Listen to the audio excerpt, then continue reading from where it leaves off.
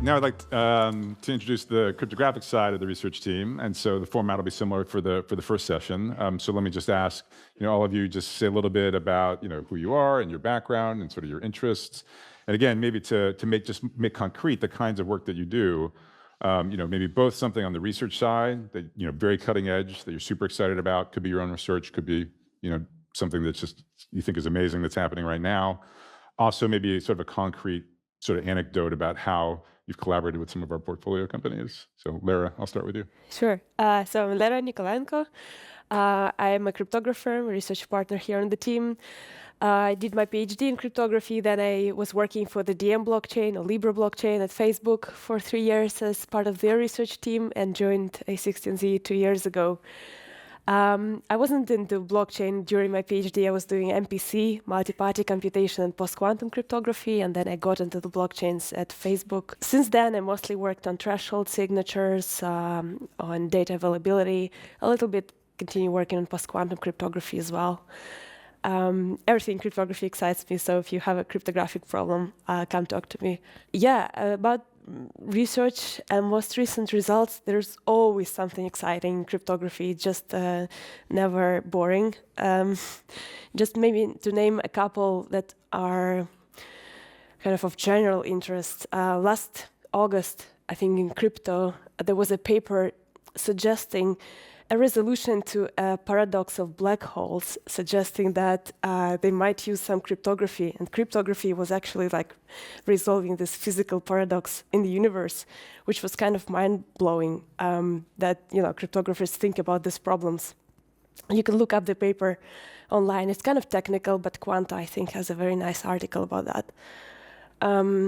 Just recently, 2 weeks ago, we had like a little panic in the cryptographic community because somebody, Lei Cheng, put a paper in archive saying that lattice cryptography, here's an algorithm, quantum algorithm, polynomial time algorithm that breaks lattice-based cryptography. And so lattice-based cryptography, if you haven't heard of it, is like this new, very exciting topic. It's people started looking into it in 2005, but right now everybody is kind of shifting towards using lattices because of their post-quantum security. So people worry that when quantum computers get built, they will be able to break our current cryptographic schemes, so we won't be able to continue using them. And lattices are kind of come to the rescue. Those are the most performant schemes based on a new assumption, and we don't know if it's, we conjecture that it's quantumly intractable. And so this paper was saying, oh no, here's a quantum algorithm to break those assumptions. And everybody had a panic because people had been, some of the PhD dissertations were based on just working on lattices alone. But fortunately, a couple days ago, I think they found a bug in the paper and they don't know how to fix it. So at the end, there is no break. But it was quite stressful, a couple weeks. There are always new results, even with simple schemes like threshold signatures, like ECDSA signature scheme that we all love to sign transactions for Bitcoin and Ethereum. Has been around for a while, and still there are new results coming every year on how to make it MPC friendly, how to improve the algorithms so you can split your key and to use 2 devices or 2 people to co-sign the transaction. So exciting field. On the Portco side, collaborations, portfolio companies always just show up with an interesting research problem that they can't find a solution for, and we brainstorm together with them, and sometimes that leads to some results. Sometimes we find an attack, and they kind of pivot and build protocol in a different way. Aptos recently launched a randomness beacon. It's a super exciting protocol. It allows you to call a function from their smart contract, get randomness, and then do something with it, maybe select a winner for the lottery. So they were designing a protocol for that, getting our feedback, and we're like, oh, here are a few problems. And then they pivoted to a more secure version. So that's an example. I'll pass it to Joe next. Okay. Hi, everybody. I'm Joe. So I also work in applied crypto. I did my PhD in crypto, actually. Well, up the road in Cambridge. I was back there yesterday, which was kind of cool. So it's good to be back in the UK. Um, I actually, yeah, it was interesting being back because it made me remember the being a research student when the Bitcoin paper came out and being assigned with like 24 hours notice to read the paper and present it to the group on a group meeting, which only happened because the regularly scheduled speaker canceled and we needed a replacement at the last minute. So my supervisor was like, hey, people keep asking about this Bitcoin thing. I think it's BS, but just read the paper and then tell us how it works. So yeah. So anyways, I've been working in crypto for about 10 years. I'm also a professor at NYU, so I teach crypto. I've taught a cryptocurrency class to undergrads and grad students every year for the last 9 years running now. I think next year is going to be my first break from that. And my goal is to rewrite the textbook that we've been using. So hopefully that project gets off the ground. Before coming to A16Z, I was working as an advisor to I guess 4 different companies. I worked with Algorand, Zcash, Chia, and Mina, O1 Labs. And I think Tim said, instead of like advising these companies here and there, like come to A16Z and you can, work with 100 companies. So it's been really great. Okay, I mean, this is what I thought Lara was going to talk about, this FDX work that we've done recently, Fair Data Exchange. So that FDE may have sounded like I said something else, but I didn't. But yeah, no, it's really exciting. Like we wanted to. I think it was a great demonstration of the research team. I think. I mean, Lara led the project, but we had at least 4 different interns plus me working on it last summer. The result, I think, was I think it turned into a much bigger engineering and research challenge than we thought it was. But the idea is that Bob has some data. Alice wants to pay for the data. They want to do fair exchange. So Alice only gets the data if she pays, and Bob is guaranteed to get paid if he gives up the data. So it's something that cryptographers have thought of for a really long time, how to do fair exchange in general. And there's some kind of old results that say this is impossible in a certain setting. But with cryptocurrency, with blockchains, we can actually solve the problem. And we showed in this work, you can actually solve it really efficiently, where you only need to put a constant amount of data on chain. So you could potentially pay for a really large data file that could be gigabytes, but you only need to post a small commitment on chain. So you can actually do it, and you can do it efficiently. So I think it was a really great example of the kind of work that we do on the research team.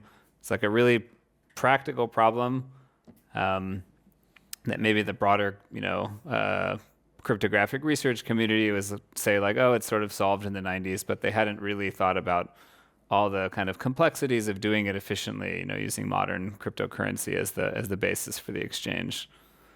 So really excited about that work. It's online now. And a Portco interaction, let's see. Well, I've been working with a Portco called XMTP that's doing secure messaging, using your crypto wallet basically as your identity. And that's been really exciting because I worked on secure messaging for years with Signal and with WhatsApp and other messaging tools. So it was really cool for me to sort of bridge the gap between those two.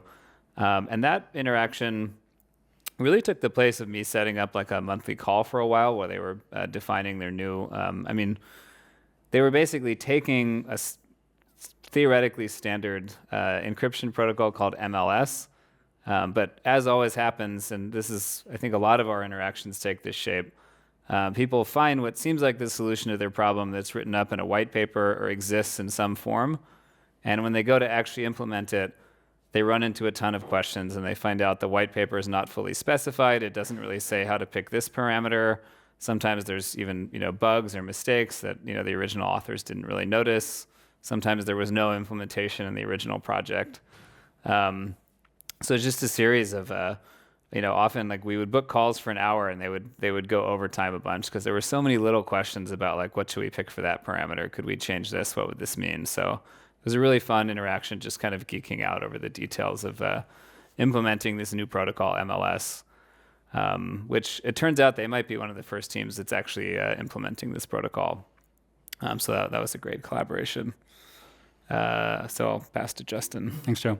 Hi, I'm Justin. I'm a professor at Georgetown and a research partner here in the research group at A16Z. My background is originally in like algorithms and complexity theory, but I focus a lot on zero-knowledge proofs and snarks. So I've sort of picked up cryptography as needed to work in that space. So it's a little funny. I'm like, compared to Joe and Lyra, like within cryptography, I'm very, very narrow, very focused specifically on zero knowledge.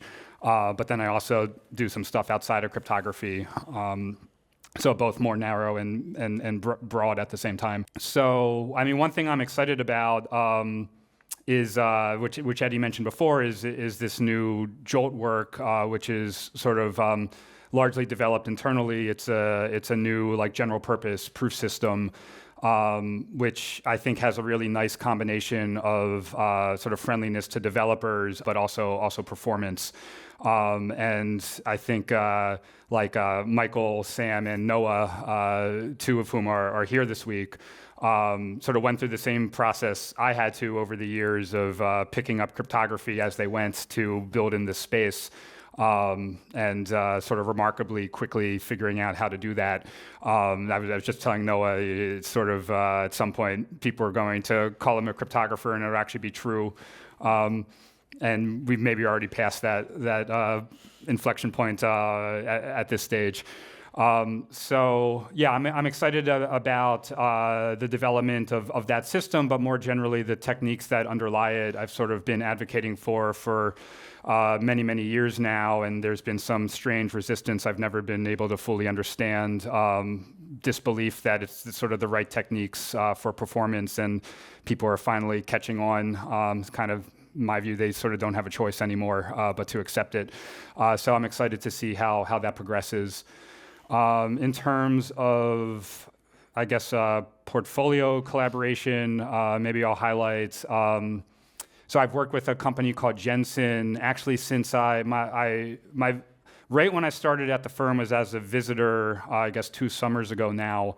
So I was, every summer we run kind of an intensive research program. We bring in a bunch of interns and faculty visitors and visitors from the industry as well. So I was one of those first visitors. And right around that time, I just got a cold email from a company called Jensen, which is sort of focused on building like a decentralized version of like Amazon cloud compute, particularly focused on ML applications. And the gist was to get the guarantees they needed. They just could not pay a performance price that like existing general purpose snarks or ZK proofs provided. Like, you know, they could tolerate maybe 3x overhead, and the existing snarks were 10 million x overhead or something like that. So their only hope was they sort of independently discovered some of my early work on these techniques that I've been advocating for, sort of the only hope to achieve this kind of performance. And then, so I worked with them just sort of on an informal basis for several months, and sort of by a happy coincidence, like 6 months later, they became a portfolio company, and now I get to work with them much closer. And it turns out, you know, there's just like endless problems to solve given their goals, and the snark problems are but one tiny part of the picture. There are a lot more problems with incentives, and actually they probably work more closely right now with Pranav and Tim, since those problems are more urgent than the snark ones. One, it's really cool just to, you know, work with people who have interesting problems in the space, and then to, you know, welcome them to sort of the family and get to work even more closely with them. And two, like to sort of see the whole system and, you know, contribute to sort of a narrow aspect very deeply, but also get the big picture. It's just endlessly exciting and interesting. I should point out Jensen is one of our UK investments as well. All right, so one broad, I mean, you know, one thing I think cryptography that's amazing about it is stuff starts as just, you know, moon math, as they like to say, just like really hard kind of abstract theory and mathematics.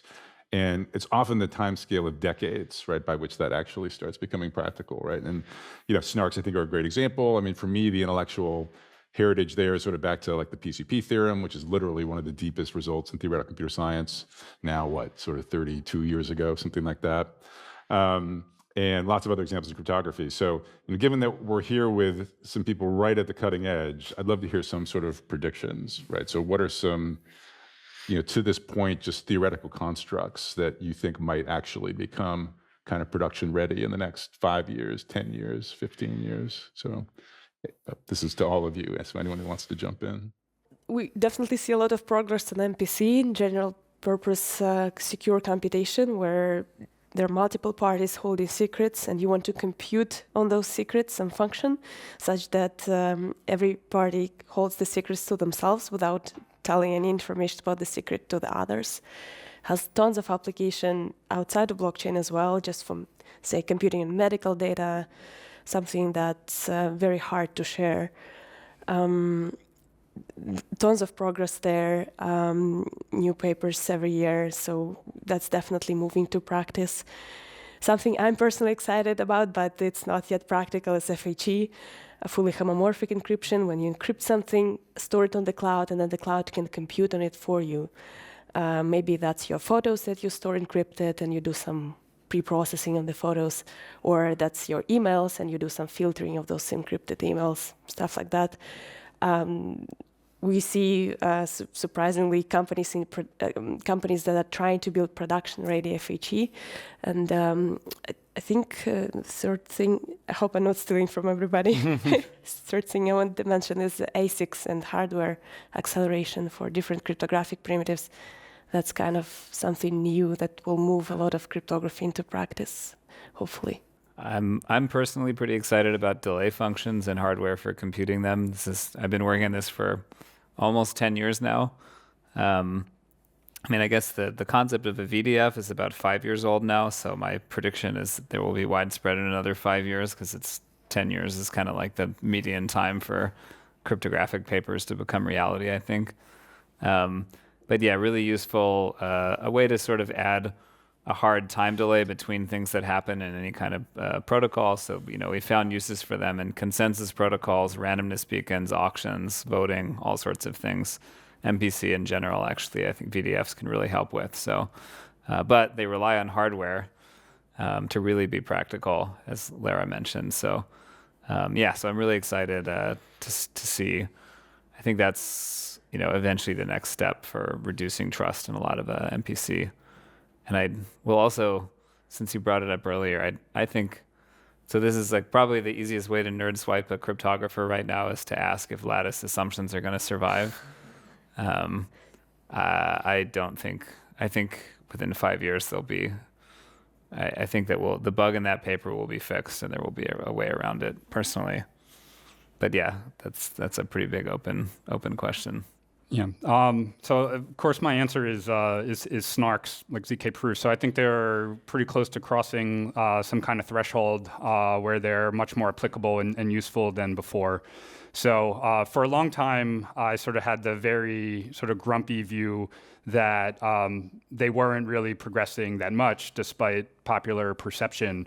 That basically people were running with suboptimal techniques, and they were making the suboptimal techniques closer to what the optimal techniques could already achieve, but weren't being developed. Now I think people are starting to converge around the right techniques, and then I'm excited that those techniques are finally actually progressing further. And then I think the biggest issue with snarks will become that they're complicated protocols and full of bugs. So I think we're crossing a performance threshold and sort of a usability threshold. And then the remaining barrier will just be that they're not actually secure because they're not implemented correctly.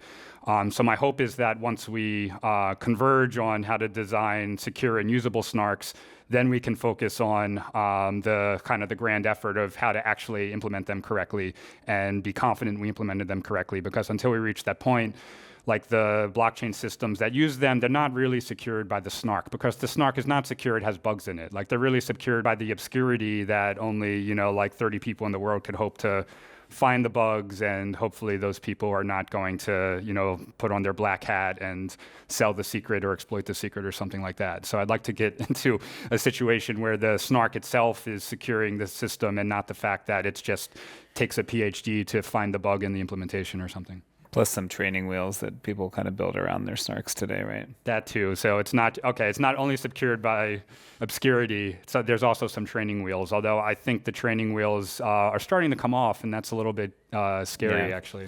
I mean, if you haven't heard that term, I guess different terms are sometimes used, but there are a lot of systems today that are starting to have a snark that proves something, but there's also a signature from one or more authorities that say that it's true, and you sort of need both. So if the snark falls apart because of some bug, the signature and that part of it's not really decentralized will still protect you.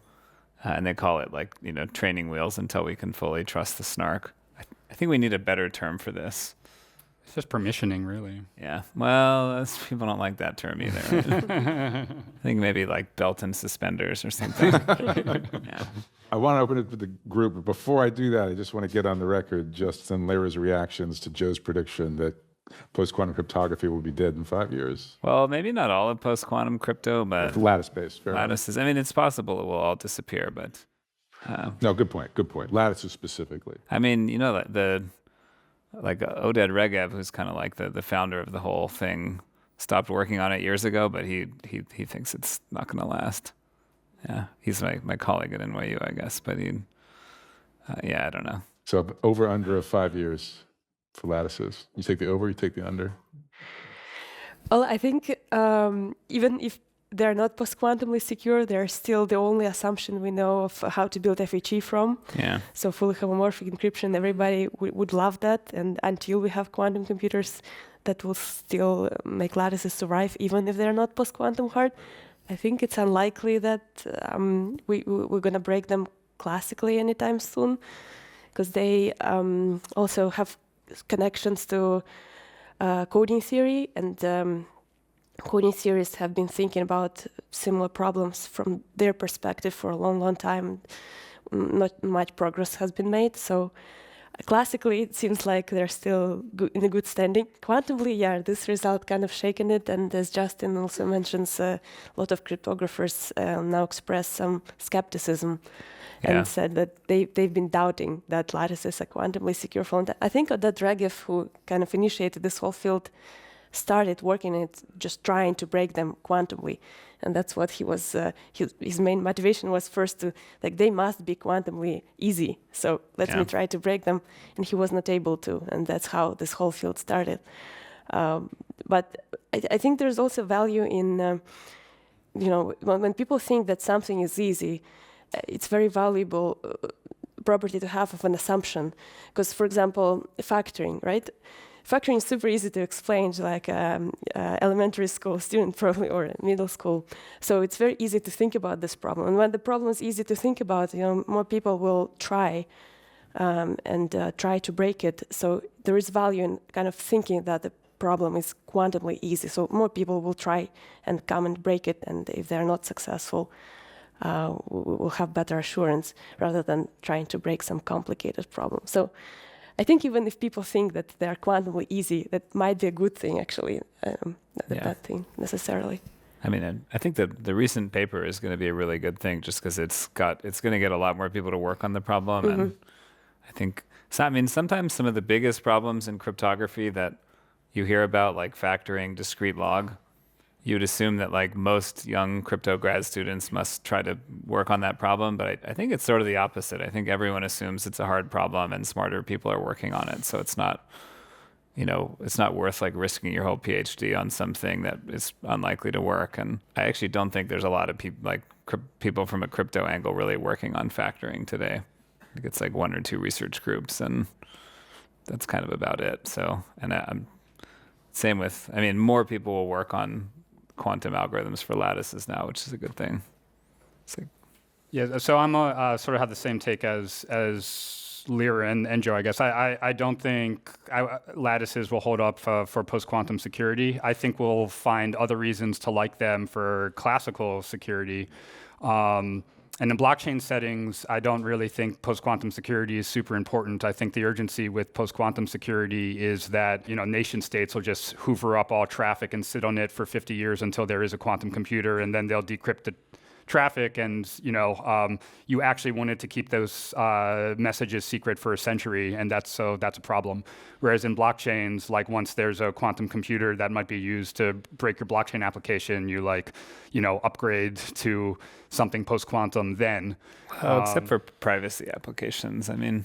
Yeah, but for snarks, we typically have unconditional privacy, and it's soundness that is based on cryptographic assumptions that quantum computers might invalidate. And so, as long as you're confident that the roll-up produced a proof today, and there's no quantum computer today that roll-up had access to, it doesn't matter if there's a quantum computer in 50 years. So in blockchain settings, the urgency to switch to post-quantum things, I think, is not as motivated as, the NSA and NIST wanting, something tomorrow, because they need to keep things secret for a century. So anyway, I think lattices are probably not post-quantum, would be my guess, but that they have a lot of lattice-based crypto systems are really nice, not just because they support FHE, but we're going to find out that they're very friendly to snarks and things like that, and that'll be another reason to like them. And so maybe we'll be using them in blockchains, for the next 30 years until the quantum computer comes around or something like that. Interesting. Great. We do have time for maybe 1 or 2 questions from the audience. So an eager one from the front row. So. It's more of a sort of prediction question. Do you think developments in things like MPC, FHE, and similar will kind of provide a stronger alternative to the model of, you could say, data exchange? So what I mean by this is essentially a lot of systems that we build operate around orchestrating data, you could say. Do you think a different sort of model of computation will come about where you're orchestrating compute, you could say federated compute or similar, in the future? Good question. I think the richer our toolkit is, the better. So we have snarks now, which are practical. MPC is kind of getting practical. FHE is further down. But the more tools we bring, the more freedom we have in designing these protocols. Maybe another way of saying the question, do you think is our mental model even going to change once you have off-the-shelf multi-party computation? Yeah, I think we'll see more privacy tools being built. I mean, right now our privacy toolkit is very, very poor, I would say. Data gets leaked all the time. You have data breaches, all because the data is stored in the clear somewhere in a single place. And with MPC, you can shift it around. You can secret share. You can do all kinds of new stuff. But right now, in order to do that, you have a team of you have to have a team of cryptographers building that and a team of engineers. So it's very hard to acquire talent. But once we have enough libraries, I think people will assume that. One thing I would add is zero knowledge. There's kind of been a transition where 20 years ago, anything you wanted to do with zero knowledge involved some handcrafted Sigma protocol that was complicated to reason about. And we're getting closer to the era where you just write a short program, compile it using a generic snark, and then you get your ZK. I mean, there's tons of stuff people are doing today that is MPC, like threshold signing. All the sort of auction or private voting stuff, those are all MPC under the hood. So if we had really great MPC in the future, we would stop having to carefully engineer all these special purpose protocols and just throw it at some general purpose MPC. I don't think that's is around the corner in the next few years, but that would be the dream world, that you could just express anything really simply and then get MPC sort of for free with generic techniques. Hi guys. So first off, I'm very excited about dank sharding, and it's just my jam. So in your paper, you have an excellent example about incentivizing data archival nodes as a result of fair data exchange and VEX. I was wondering if you could just speak to some other outcomes, opportunities you see that FDE could provide. Good question. I think some of the projects might use FDE instead of building a data availability layer, because we see a lot of companies needing a data availability layer, and because current data availability doesn't support their needs, they want to build it themselves. So we see a lot of initiatives just trying to build DA layer. But DA layer is it's kind of complicated to build, and especially in permissionless way. You have to acquire nodes to incentivize them to participate in your system, keeping it honest. But many of these applications, at the end, they want some exchange between the two parties. And for that, you can always do it through the DA layer, but you can always do it like peer-to-peer, like with FDE. For example, if you want some training on your model, you would send the data over to whatever trainer, who will then train the model, maybe prove to you in zero knowledge that they trained it correctly, and then you want the result back. So you can always go through the DA layer to make sure that this exchange is happening, but you can also do it peer-to-peer, and it's much, much simpler to build than building a whole DA. So for some applications like that, I think FD is useful. So on the quantum computer side, like we actually already have some quantum computers. They're just very impractical, right? To solve any of these real world problems. Do you think that people will keep working on, how far down the line of quantum computers do we have to get in terms of their practicality for people to stop caring about post-quantum security in lattices, for example? Like, do they have to be? Is the problem of if solving lattices versus like factoring of the same difficulty? I guess it's like they're both polynomial time, but do we care about constants? I guess is my way of asking this. I think we don't even really know enough about quantum computers and what their performance profile is going to be like to even reason about the constants today. So, yeah, I think we're years to decades away from even knowing how to think about it. But, I mean, it's definitely true that it might be that, like you mentioned, polynomial time, it might be that, from a theoretical point of view, lattices are broken by a quantum computer, but they're actually much more secure given, practical parameters than other things like factoring. So they might, that might also be another way that lattices hold up, is if it's just more difficult, even if it's polynomial time for a quantum computer. But yeah, I don't know. That's another way to nerd swipe cryptographers, to just ask when they think quantum computers are going to arrive, because nobody knows, but everybody has an opinion. I'm probably like farther on the spectrum than most, that I think that they're like a very, very many decades away from being here. But it's worth mentioning, like even Shor's factoring algorithm saw a recent improvement, right? It's polynomial time, but like not a nice polynomial, and they just improved the polynomial. And these questions are super relevant to how long will it be until there's a cryptographically relevant quantum computer, which is basically one that can factor like today's crypto systems, break their security. So there's a lot to play out, and it's just so much guesswork. I mean, I'm with Joe that we're very far from a cryptographically relevant quantum computer, and I don't think it's like 10 years. I think it's significantly more than that. Yeah, there's a joke going around for the last 30 years that quantum computers were always 10 years away from us. So I think we're 10 years away from being 10 years away. Yeah. I want to add that we still don't know, as Joe was saying, how this will scale, I guess.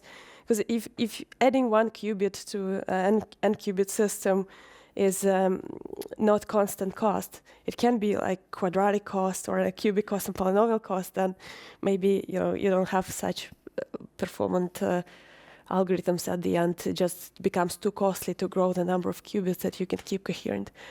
But I think the worry is that so our quantum computers are super small and tiny, and only toy examples can be run on them. But the worry is that somebody will stumble on a technology that scales, and then this will be like exponential growth in the number of qubits you can support, and that's really scary. I mean, maybe the progress right now is very, very slow, but once scalable technology is discovered, maybe it can go exponentially fast. We don't know.